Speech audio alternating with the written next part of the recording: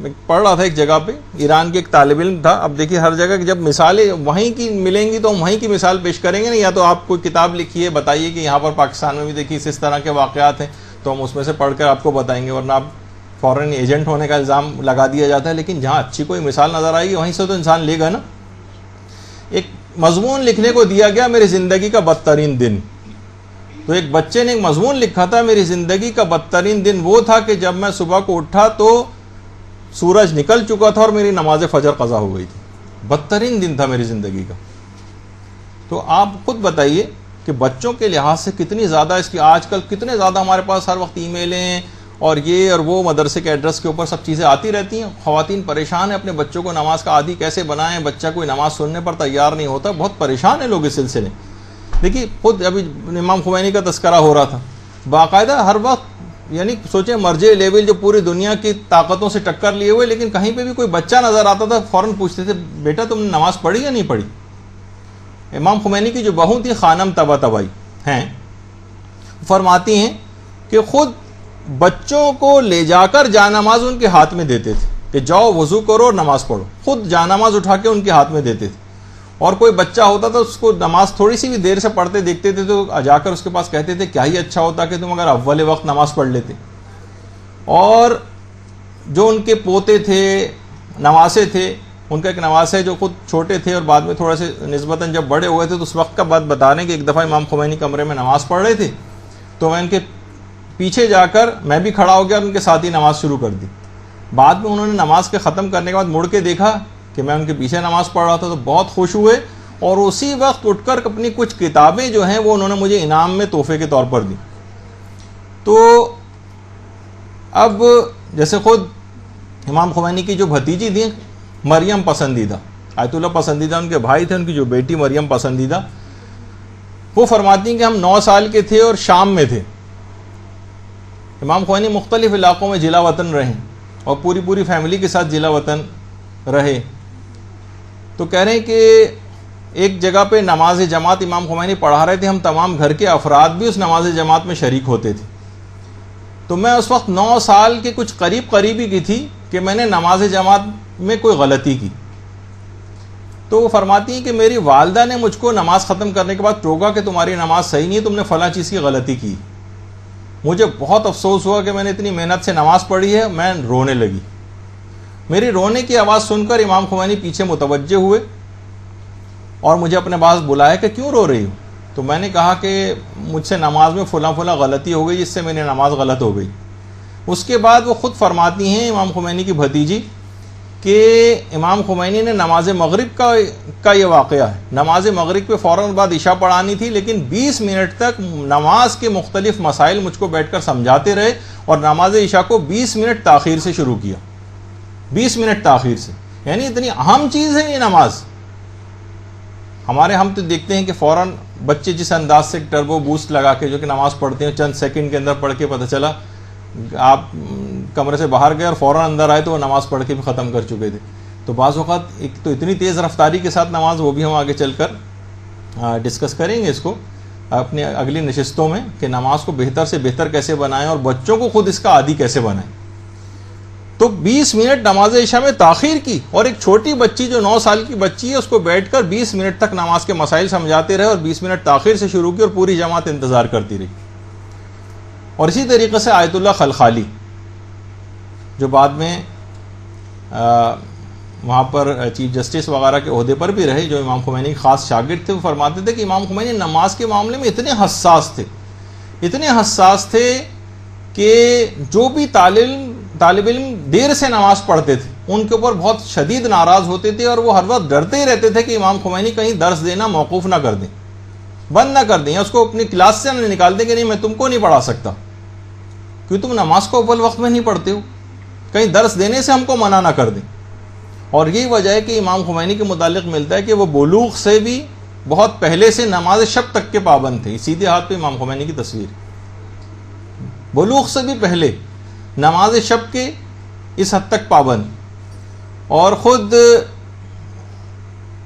ان کی زوجہ محترمہ یہ بات بیان فرماتی ہیں امام خمینی کی کہ امام خمینی رات کو نماز شب کے لیے اٹھا کرتے تھے اور لائٹ نہیں جلاتے تھے, اور ایک ٹارچ رکھی ہوئی تھی, اور ٹارچ کی روشنی بھی پاؤں کی طرف کر کے رکھتے تھے. ہمارے طرح نہیں کسی کے ہاتھ میں ٹارچ آ جائے تو سب سے پہلے لوگ آنکھوں پہ لائٹ مارتے ہیں, تو اس طرح سے نہیں کرتے تھے, تو پاؤں کی طرف جو ہے وہ ٹارچ کی روشنی رکھتے تھے. اور اس کے بعد جب نماز شب کے لیے وضو کرنے کے لیے جاتے تو نل جس جگہ پہ تھا وہاں پہ نیچے اسفنج انہوں نے رکھا ہوا تھا کہ پانی گرنے کی آواز سے دوسرے لوگ نہ کہیں اٹھ جائیں, تاکہ اس کی پانی گرنے کی آواز نہ جائے ان تک. تو اس طرح سے یہ افراد کی جو انقلاب لے کر آئے ہیں اور اسلام کو ایک بول بالا دنیا میں کیا, وہ نماز کی طاقت سے کیا. تو اور اسی طرح سے ان کی اپنی صاحبزادی خانم فریدہ مصطفی جو بیٹی ہیں امام خمینی کی, اور آج بھی تہران یونیورسٹی میں ہیڈ آف دی ڈپارٹمنٹ ہیں, پروفیسر ہیں اور پی ایچ ڈی ہیں, وہ خود یہ فرماتی ہیں کہ نماز ظہر سے آدھے گھنٹے پہلے وضو کر کے نماز سے پہلے دعاؤں میں اور اس میں مصروف ہو جاتے تھے, زیارات پڑھنے میں اور دعاؤں میں اور قرآن کی تلاوت میں. اور سردیوں میں جب فجر کے وقت اٹھتے تھے تو ہم سب کے لیے گرم پانی کا انتظام کرتے تھے اور اٹھا کر کہتے تھے میں نے تمہارے لیے پانی گرم کر دیا, اٹھو اور جا کر نماز پڑھو. یعنی پورے گھر کے لیے پانی کو گرم کر کے رکھتے تھے, جو بچوں کی تربیت کے حوالے سے بھی ہم نے ایک دفعہ سینئر کلاسز میں ذکر کیا تھا کہ بچوں کو نماز کا عادی بنانے کے لیے ضروری ہے سردیاں اگر ہیں تو ان کے لیے گرم پانی پہلے سے کر کے رکھیں, ورنہ ایسا نہ ہو کہ وہ مثلا ٹھنڈے پانی کی وجہ سے ان کو کوئی کراہیت ہو نماز سے. اور آغا آشتیانی جو امام خمینی کے بڑے قریبی رفقا میں شمار ہوتے تھے, وہ کہتے تھے کہ ہمیشہ نماز سے پہلے امام خمینی کی عادت تھی تلاوت قرآن ضرور کرتے تھے. ہماری طرح نہیں کہ بس فوراً بچھائی جائے نماز اور اللہ اکبر کہہ کے شروع کر دی, آدھے گھنٹے پہلے سے مصلی پر آ گئے, تلاوت قرآن میں مشغول رہے اور اس کے بعد پھر نماز کو اس انداز سے شروع کیا کرتے تھے. اور آیت اللہ خنساری یہ فرماتے ہیں کہ شدید برف باری ہو رہی ہوتی تھی. دیکھیے قم کی اور مشہد کی برف باری کتنی شدید برف باری ہوتی تھی. تو مدرسہ فیضیہ میں امام خمینی ہوتے تھے, تو مدرسہ فیضیہ میں اس کی تاریکی میں اٹھتے تھے اور برف کو توڑ کر وضو کرتے تھے. اس میں سے جو پانی نکلتا تھا, سوچیے کہ شدید برف باری ہو رہی ہے, برف کو توڑ کر وضو اس سے کیا کرتے تھے اور پھر نمازوں میں مصروف ہوتے تھے. آج بھی بہت سارے لوگ ان کی پیروی میں جو نماز کے پابند ہیں, نماز کا وقت ہو جائے پانی کہیں اویلیبل نہ ہو تو اسی طرح سے برف توڑ کر کیا کرتے تھے. اور اس کے بعد اذان فجر کے بعد حرم معصومہ قم جاتے تھے. اچھا یہ تو خیر مشہد ہے, لیکن مشہد میں بھی اب دیکھیے برف باری کا کیا ٹھکانہ ہوتا ہے, اسی طریقے سے قم ہے. تو امام خمینی پھر نماز فجر کے بعد حرم معصومہ قم کی طرف جاتے تھے, اور مسجد بالا سر جو خود حرم میں ہے وہاں پر مرزا جواد ملکی تبریزی جو امام خمینی کے عرفانیت کے استاد تھے, ان کی اقتدا میں جا کر نمازیں پڑھا کرتے تھے. اور پھر اس کے بعد پھر مطالعے میں مصروف ہوتے تھے. امام خمینی کی جوانی کی تصویر, اس کے بعد پھر مطالعے کے اندر مصروف ہو جاتے تھے. اور ہر وقت کوشش یہ کرتے تھے کہ باوضو رہیں, کبھی بھی دائم الوضو تھے. بہت کم ایسا ہوتا تھا کہ کبھی ایسا موقع پیش آ جائے کہ ادھر وضو ٹوٹتا تھا اور دوبارہ وضو کر لیتے تھے. یہاں تک کہ بستر بیماری پر جب تھے تو جتنا بھی مستحبات تھے اس پر اس طرح سے عمل پیرا ہوتے تھے. دیکھیے یہ سب باتیں اس وجہ سے بیان کی جا رہی ہیں تاکہ آپ کے سامنے آ جائے کہ کوئی بھی شخص بڑا کیسے بن جاتا ہے. اس کی بہت ساری اس طرح کی چیزیں ہوتی ہیں کہ جن کے اوپر عمل کرنے سے وہ بڑا بنتا ہے, کہ الہی قوت اور طاقت اس کے اندر آتی چلی جاتی. نمازوں کو اس انداز سے اولیت اور فوقیت دینے کے لیے کہ نماز سے پہلے آئینہ بھی دیکھ رہے ہیں اور تمام مستحبات کے اوپر بھی عمل کر رہے ہیں اور پرفیوم بھی لگا رہے ہیں اور اپنے امامے کا جو تحت الحنک اس کو بھی نکالا جا رہا ہے, اور پورے مستحبات کے ساتھ اس انداز سے جو ہے وہ اور آخری وقتوں تک میں جو انہوں نے نماز پڑھی وہ اشاروں سے تمام مستحبات کے ساتھ جو ہے وہ نماز پڑھی. بالکل آخری وقت میں جب ہاتھ بھی نہیں ہلا پا رہے تھے. حضرت لقمان کی جو وصیتیں خود قرآن نے کتنی نقل کی.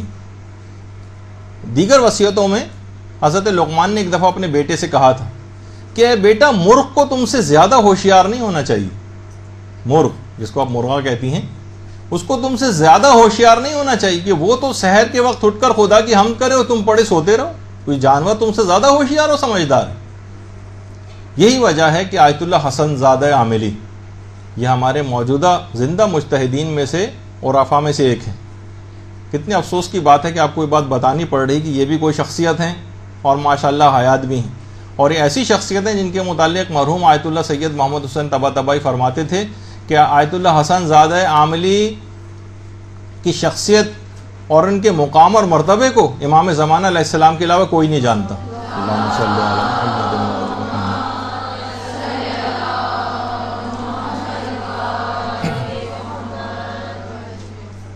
ایک جملہ آیت اللہ حسن زادہ عاملی فرماتے ہیں کہ الہی مرغ کے لیے تو سحر ہو اور حسن کے لیے نہ ہو.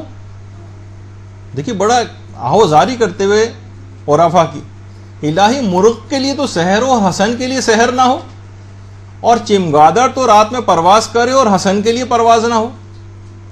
یعنی انسان واقعی سوچے کہ اپنے دن اور رات کو کس طرح سے عبادت الہی میں وہ گزار سکتا ہے. یہ جو علماء ہیں ان کو اتنا بڑا مقام اور مرتبہ یقین جانی کہ فقط نماز کی وجہ سے حاصل ہوا ہے. نماز اتنا دیکھیے اتنی اہمیت ہے کہ مسلمانوں کے عالم گزرے ہیں جن کا ہمارے علماء میں بہت عزت و احترام سے نام لیتے ہیں. حاتم اسم بہرے کو کہتے ہیں، حاتم نام تھا. ایک دفعہ ایک عورت ان سے میں جو جملہ تھا نماز کے سلسلے میں وہ تو میں آگے چل کے آپ کے سامنے پیش کروں گا، ان کے متعلق ایک بات بتا دوں کہ ایک دفعہ ان کا یہ نام کیوں پڑا تھا. ایک دفعہ ایک عورت ایک مسئلہ پوچھنے کے لیے ان کے پاس آئی، اور جسمانی عوارض ہوتے ہیں انسان بعض اوقات جسم سے رہا خارج ہوئی آواز کے ساتھ. انتہائی شرم سے وہ عورت بالکل گڑ گئی کہ ایک عالم دین کے سامنے ایسا واقعہ ہو گیا، ایک مسئلہ پوچھنے آئی.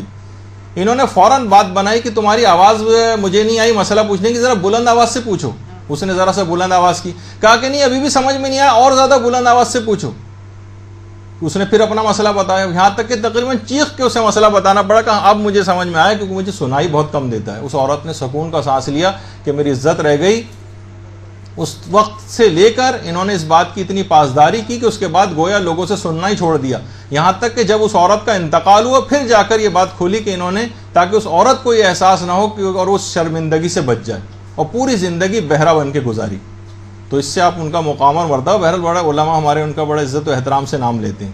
خود حاتم اسم یہ بات بیان کرتے تھے کہ اگر میرا بیٹا مر جائے تو 1000 لوگ کم سے کم اس کی تعزیت کے لیے میرے پاس آ جائیں گے، لیکن اگر میری ایک نماز قضا ہو جائے تو کوئی شخص بھی میرے پاس تعزیت کے لیے نہیں آتا. یعنی اتنی بے توقیر ہو گئی ہے نماز. تو بہرحال خود کہتے تھے کہ لوگوں کی نگاہ میں دنیاوی جتنی مصیبتیں ہیں وہ آخروی مصیبتوں سے بہت لوگ زیادہ سمجھتے ہیں، حالانکہ اخری مصیبت دنیاوی مصیبتوں کے مقابلے میں کتنی سخت ترین ہے یہ سوچا بھی نہیں جا سکتا. ابھی جیسے بار بار کچھ ایران عراق جنگ کے حوالے سے ایرانی قیدیوں کا تذکرہ ہو رہا تھا، جو لوگوں نے باتیں وہاں کی آ کر بتائیں کہ ایرانی قیدی جس وقت نمازیں پڑھتے تھے وہاں پر، تو جو عقوبت خانے، قید خانے، جو ٹارچر سیل بنائے ہوئے تھے، یہ سامنے آپ کے ٹارچر سیل، تو ان نمازیوں کے لیے ایک ٹارچر سیل بنایا گیا تھا. جو بھی نمازیں قید خانوں میں پڑھتا تھا باقاعدہ ان کے منہ پر سیاہ رنگ کیا جاتا تھا، ان کی چاقوؤں سے آنکھیں نکالی جاتی تھیں، ان کی زندہ جسموں سے کھال اتاری جاتی تھی.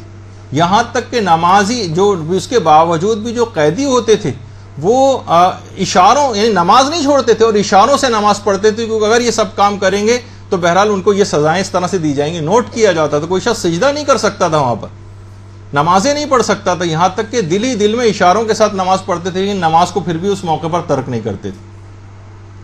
یہی وجہ ہے کہ دیکھیے خود ہمارے 5ویں امام محمد باقر علیہ الصلوۃ والسلام فرماتے ہیں ملک الموت کے متعلق کہ ملک الموت روزانہ نمازوں کے اوقات میں ہر گھر کے اندر جھانکتا ہے، ہر گھر کے اوپر نگاہ رکھتا ہے. اور یہ بات خود ملک الموت نے پیغمبر اسلام کو بیان کی جو 5ویں امام کی حدیث کے اندر نقل ہوئی. ملک الموت نمازوں کے اوقات میں تمام دنیا کے گھر والوں کو دیکھتا. جب ایک دوسری روایت میں پیغمبر نے فرمایا کہ اگر گھر والے اول وقت میں نماز پڑھنے کے عادی ہیں، اول وقت میں نمازوں کو انجام دے رہے ہیں، تو وقت مرگ ملک الموت ان کو کلمہ شہادت کی تلقین کرتا ہے اور شیطان کو دور کرتا ہے.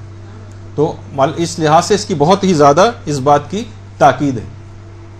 اور اتنی اہم چیز ہے یہ نماز، جو کہ آج پوری تقریباً درس اسی عنوان پر ہو گیا. انشاءاللہ اگلی دفعہ سے ہم باقاعدہ مرحلے وار اپنی گفتگو شروع کر دیں گے. اتنی اہم ہے کہ تمام انبیاء کی جو آخری وصیت تھی وہ نمازی کے متعلق تھی. آخری وصیت 1,24,000 انبیاء کی زبانوں پر جو آخری کلمہ ہوتا تھا وہ نماز سے متعلق ہوتا تھا. باقاعدہ جو ہمارے چھٹے امام نے وسائل الشیخی کے اندر روایت کو نقل بھی کیا. اچھا علماء فرماتے ہیں کہ اس کے مطلب ہے کہ یہ جو روایت ہے چھٹے امام کی، اس کے دو مطلب نکلتے ہیں. یعنی تمام انبیاء کی آخری وصیت نماز ہوتی تھی، چھٹے امام نے کہا. اس کا مطلب یہ ہے کہ تمام ادیان میں نماز کا وجود تھا. اس سے ایک مسئلہ یہ استنباط ہوتا ہے اس حدیث سے. طریقہ کار ہو سکتا ہے کچھ الگ ہوں کہ تمام ادیان میں نماز کا وجود پایا جاتا تھا اور تمام پیغمبر اہل نماز تھے. اور دوسری بات یہ بھی پتہ چلتی ہے کہ 1,24,000 انبیاء جو تھے، نماز ان کی پسندیدہ ترین عبادت تھی کہ انتقال سے پہلے انسان دیکھیے اپنی خاص الخاص بات کو تذکرہ کرتا ہے، جو انشاءاللہ اگلی نشستوں میں ہم ائمہ کے حوالے سے بھی آخری اوقات میں کس طرح سے نماز کی تاکید کرتے تھے اس کا ذکر آئے گا. خود ہمارے اپنے علماء میں سے علامہ عبد الحسین الامینی، جن کی کتاب الغدیر، یہ حرم امام رضا علیہ الصلوۃ والسلام میں، اللہم صلی علی محمد.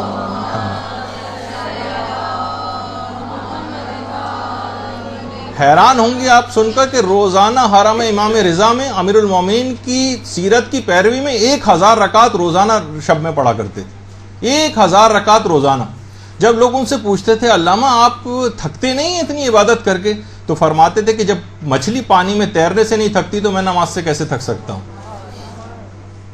تو دیکھیے، اور ہم ان کے مقابلے میں محسوس کرتے ہیں کہ اپنے کاموں کو ہم اولیت دیتے ہیں، نمازوں کو ٹالتے ہیں، اس کو حقیر یا کم اہمیت سمجھتے ہیں، جبکہ پروردگار عالم فرشتوں کے سامنے فخر و مباحت کر رہا ہوتا ہے کہ تم نے میرے اس بندے کو دیکھا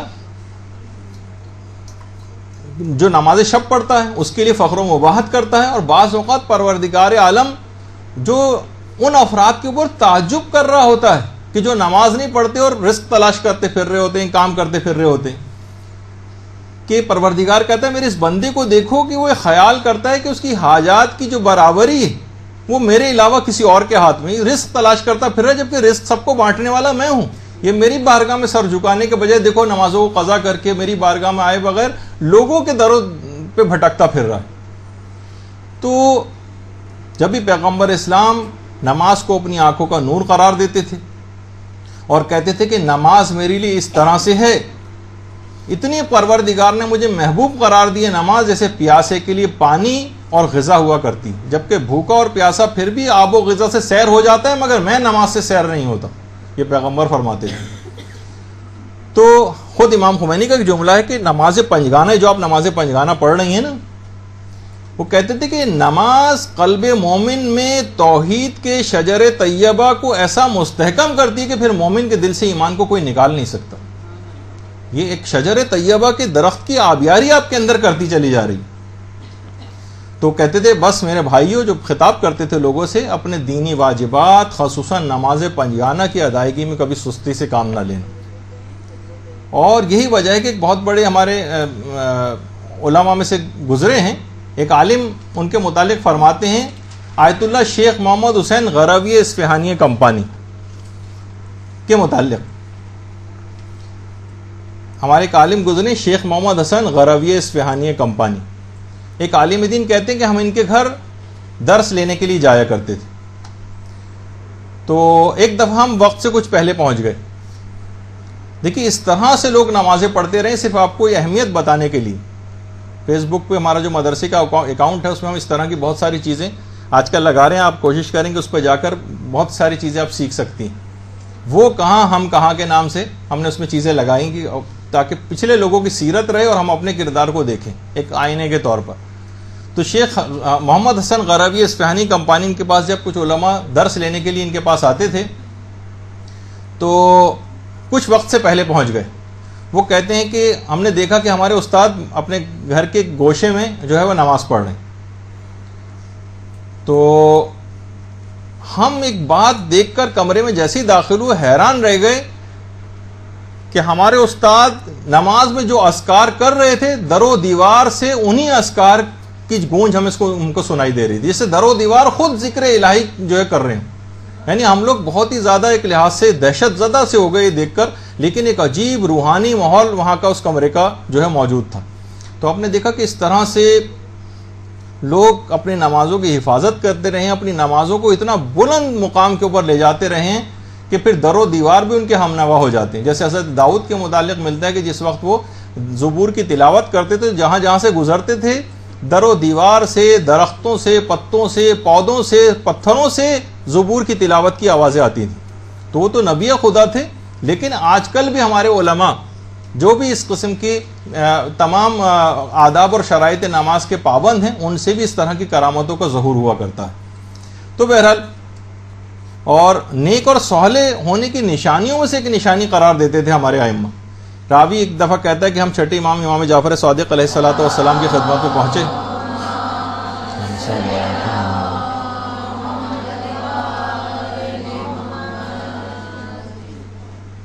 تو ہم نے اپنے ایک دوست کی بہت تعریف کی کہ مولا وہ بہت نیک اور صالح ہے، بہت ہی بہترین آدمی، بہت تعریفیں کی. امام نے کہا کہ یہ بتاؤ نماز کے بارے میں اس کا روش اور طریقہ کیا ہے. یعنی امام دوسرے الفاظ میں یہ سمجھانا چاہ رہے تھے کہ کیا وہ نمازوں کو اول وقت پڑھتا ہے نہیں پڑھتا، نمازوں کو اہمیت دیتا ہے نہیں دیتا. تمام باتیں چھوڑو، تم یہ بتاؤ کہ نماز کے بارے میں اس کا طریقہ کار کیا ہے. تو بہرحال امام اس سے اندازہ لگاتے تھے کہ ایسا شخص دوستی کے قابل بھی ہے یا نہیں. پتہ چلا نمازوں کو بالکل لیٹ کر رہا ہے تو وہ شخص دوستی کے بھی قابل امام اس کو نہیں سمجھتے. اور ظاہر ہے جب خود ہمارے ائمہ کی طریقہ کار یہ تھا، ہمیں امیر المومنین علیہ الصلوۃ والسلام کے متعلق ملتا ہے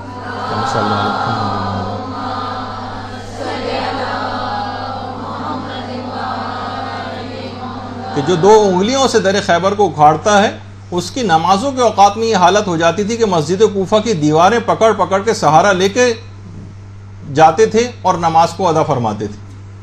اتنی طاقت اور ہمت نہیں رہ جاتی تھی کہ خدا کی بارگاہ میں کھڑا ہونا. اور گھر کے بھی جو حصے تھے ان کے اندر ایک کمرہ مخصوص کیا ہوا تھا امیر المومنین نے. رات کا جب ایک حصہ گزر جاتا تھا تو امیر المومنین کے متعلق ان کی سیرت میں ملتا ہے کہ رات کو اٹھتے تھے اور اپنے ایک بچے کو بیدار کرتے تھے اور اپنے ساتھ اس کمرے میں لے جا کر نماز میں مشغول ہو جاتے تھے. البتہ بہرحال اتنا ضرور رہے کہ بچوں کو بعض اوقات، یعنی ہم دیکھتے ہیں کہ بہت سے افراد اتنا سختی ان کے اوپر بہت سی چیزوں میں کرنے لگتے ہیں کہ بچے اس سے متنفر ہو جاتے ہیں. تربیت اولاد کے سلسلے میں کتاب پڑھا تو اس میں باقاعدہ ایک نوجوان کی بات میں نے پڑھی جس نے جوانی میں نماز ترک کر دی تھی. بچپن میں تو نماز پڑھتا تھا، جوانی میں ترک کر دی. پوچھا کہ ارے تم بچپن میں نماز پڑھتے تھے اب کیوں ترک کر دی؟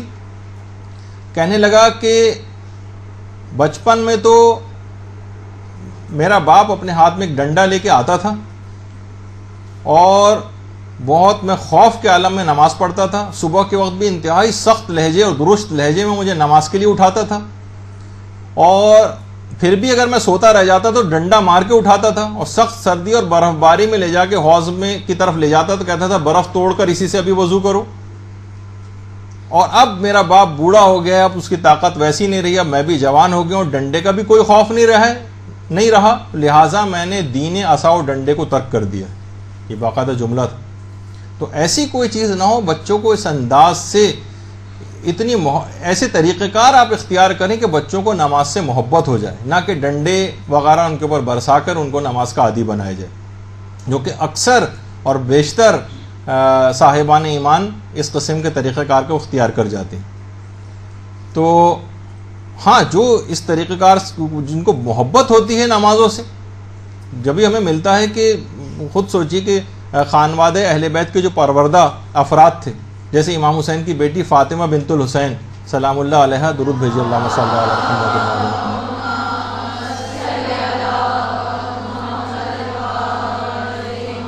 جو حسن مثنی کی زوجہ تھیں، ان کی وفات پر ان کی قبر کے کنارے خیمہ لگایا تھا فاطمہ بنت الحسین نے، اور 1 سال تک اس خیمے میں رہی تھیں اور دن بھر روزے رکھتی تھیں اور رات بھر عبادت خدا میں کھڑی رہتی ہیں.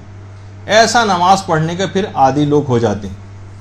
اور احیاء العلوم میں باقاعدہ امام غزالی نے حضرت اویس قرنی کے متعلق یہ بات لکھی کہ محلے کے بچے ان کو دیوانہ سمجھ کر ان پر پتھر برساتے تھے اور مانتے ہی نہیں تھے، لیکن یہ پھر بھی بچوں کے پاس جا کر کہتے تھے بچوں چھوٹے چھوٹے کنکر مار لیا کرو تاکہ میرے جسم سے خون نہ نکلے، کیونکہ اگر خون نکل کر کپڑوں پہ آ جائے تو کپڑے نجس ہو جاتے ہیں اور میں اول وقت نماز سے محروم ہو جاتا ہوں. اس طرح سے لوگ نمازوں کے عادی ہوا کرتے تھے. اور یہی وجہ ہے کہ حضرت جابر بن عبداللہ انصاری، جابر جن کا بغداد سے تقریباً 30 میل کے فاصلے پر ان کی قبر مبارک ہے، جو تبدیل شدہ قبر ہے، حضرت حذیفہ کے واقعے میں پھر تبدیل ہوئی تھی ان کی قبر. تو وہ خود بیان کرتے ہیں کہ ایک دفعہ کچھ لوگوں نے حضرت امیر المومنین علیہ الصلوۃ والسلام سے ایک چیز پوچھی،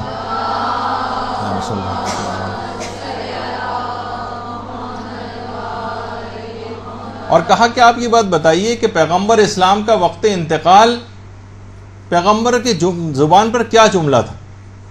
تو انہوں نے فرمایا کہ رسول کے انتقال کے وقت ان کا سر میرے شانے پر تھا، اور پیغمبر اسلام یہ کہہ رہے تھے یا علی الصلاۃ الصلاۃ، اے علی نماز، اے علی نماز۔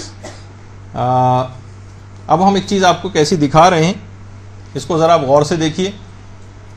ایک انتہائی کمزور، بوڑھا، بیمار شخص کہ جس کے پاس نماز کی طاقت تھی، اور اس نے پوری دنیا کو، دنیا کی بڑی بڑی قوتوں کو اپنے سامنے گھٹنے ٹکوا دیے اسی نماز کی طاقت پہ۔ وہ دیکھیں کہ نماز، ہم ایک کلپ آپ کو دکھا رہے ہیں تاکہ اس سے آپ کو ایک اندازہ ہو جائے گا کہ نماز کی اہمیت اس سلسلے میں کیا ہے۔ نماز نفس کی عزت ہے اولی۔ اچھا، اب یہ آپ دیکھیے کہ امام خمینی کو بستر مرگ پہ ہیں، اور کس انداز سے ان کو وضو کروایا جا رہا ہے، کتنی مشکلات میں، جبکہ لوگ نمازوں کو چھوڑتے ہیں۔ کی قسم نماز دین کی حرمت ہے، اوصیا کی قسم یہ پٹی وغیرہ اتاری جا رہی ہیں، اب یہ ہاتھ اٹھا کے ان کا سر کا مسح کروایا جا رہا ہے۔ نماز قصہ وحدت ہے، کبریا کی قسم نماز خیر عمل کی طرف بلاتی ہے، نماز عشق خدا کا پاؤں کا ہنر مسح ہو سکھاتی ہے، نماز عبد کو معبود سے ملاتی ہے، نماز گفتگو اللہ سے کراتی ہے، پاؤں ہلا بھی نہیں سک رہے ہیں، ہاتھ پاؤں کو تب ہو رہا ہے۔ نماز گناہوں سے بھی بچاتی ہے، نماز قبر تلک ساتھ ساتھ جاتی ہے۔ اب تیمم کرنا ہے تو تیمم اگر جبیرہ زیادہ بڑا بندہ ہے تو اسے اتارنا ہوتا ہے۔ نماز نفس کی عزت ہے، اولیاء کی قسم نماز دین تمام مستحبات پہ عمل کرتے تھے، یہاں تک کہ امامہ باندھنا، اس کا تحت الحلق نکالنا، بستر مرگ پہ بھی ترک نہیں کیا۔ قصہ وحدت ہے، کبریا کی قسم نماز خیر عمل کی طرف بلاتی ہے، نماز عشق خدا کا ہنر سکھاتی ہے، نماز عبد کو معبود سے ملاتی ہے، نماز گفتگو اللہ سے عطر لگا کے نماز پڑھنا، تو پرفیوم منگوایا، نماز گناہوں سے بھی بچاتی ہے، نماز پرفیوم چھڑکا، 70 گنا زیادہ ثواب ملتا ہے۔ نماز جماعت ہسپتال کمرے میں آج تک کسی نے نہیں دیکھی ہوگی، اور ڈرپ لگی ہوئی ایک آدمی ہاتھ میں لے کے کھڑا ہوا ہے۔ جو فاقوں میں مصطفیٰ نے پڑھی، جگا کے اپنے ہی قاتل کو مرتضیٰ نے پڑھی، جو چکیوں کی مشقت میں فاطمہ نے پڑھی، گلے لگا کے زہر کو جو مجتبیٰ نے پڑھی، جو چاہتا ہے کہ عظمت نماز کی دیکھے، میرے حسین کا وہ سجدہ آخری دیکھے، پڑھی نماز جو عابد نے پشت ناقہ پر ادا کیا، جسے باقر نے سختیاں سہ کر بیاں کیا، جسے جعفر نے برسر منبر رکوع میں برسوں رہے، جس کے کاظم مضطر رضا نے لب پہ سری الرضا سجا کے پڑھی، تقی نے تقوی ابو طالبی بتا کے پڑھی، نقی نے نخوت باطل مٹا مٹا کے پڑھی، اور عسکری نے خبر آخری سنا کے پڑھی، پس نماز مصلی پہ رو رہا ہے کوئی، امام اصل ہے اور حجت خدا ہے وہی، اماموں کے غلاموں کا غلام کو نماز پڑھنا۔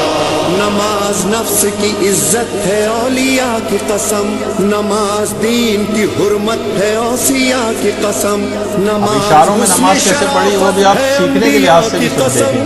نماز قصہ وحدت ہے، کبریا کی قسم نماز خیر عمل کی طرف بلاتی ہے، نماز عشق خدا کا ہنر سکھاتی ہے، نماز عبد کو معبود سے ملاتی ہے، نماز گفتگو اللہ سے کراتی ہے، یہی نماز گناہوں سے بھی بچاتی جاتی ہے نماز قبر تلک ساتھ ساتھ جاتی ہے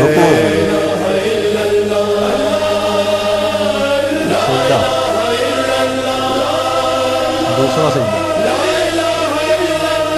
نماز وہ ہے جو فاقوں میں مصطفیٰ نے پڑھی جگا کے اپنے ہی قاتل کو مرتضیٰ نے پڑھی جو چکیوں کی دل کی دھڑکن بے مشقت میں ربط ہو رہی ہے فاطمہ نے پڑھی گلے لگا کے زہر کو جو مجتبیٰ نے پڑھی جو چاہتا ہے کہ عظمت نماز کی دیکھے میرے حسین کا وہ سجدہ آخری دیکھے پڑھی نماز جو عابد نے پشت ناقہ پر ادا کیا آخری نماز اشاروں سے پڑھی سختیاں سہ کر بیاں کیا جس جعفر نے برسر منبر رکوع میں برس رہے جس کے کاظم مضطر رضا نے لب پہ سری رضا سجا کے پڑھی تقی نے تقوی ابو طالبی بتا کے پڑھی نقی نے نخوت باطل مٹا مٹا کے پڑھی اور عسکری نے خبر آخری سنا کے پڑھی پس نماز مصلی پہ رو رہا ہے کوئی امام اصل ہے اور حجت خدا ہے وہی جہاں حسین وہاں لا الہ الا اللہ جہاں حسین وہاں لا الہ الا اللہ نماز نفس کی عزت ہے اولیاء کی قسم نماز دین کی حرمت ہے اوصیاء کی قسم نماز حسن شرافت ہے انبیاء کی قسم نماز قصہ وحدت ہے کبریاء کی قسم نماز خیر عمل کی طرف بلاتی ہے نماز عشق خدا کا ہنر سکھاتی ہے نماز عبد کو معبود سے ملاتی ہے نماز گفتگو اللہ سے کراتی ہے یہی نماز گناہوں سے بھی بچاتی ہے نماز قبر تلک ساتھ ساتھ جاتی ہے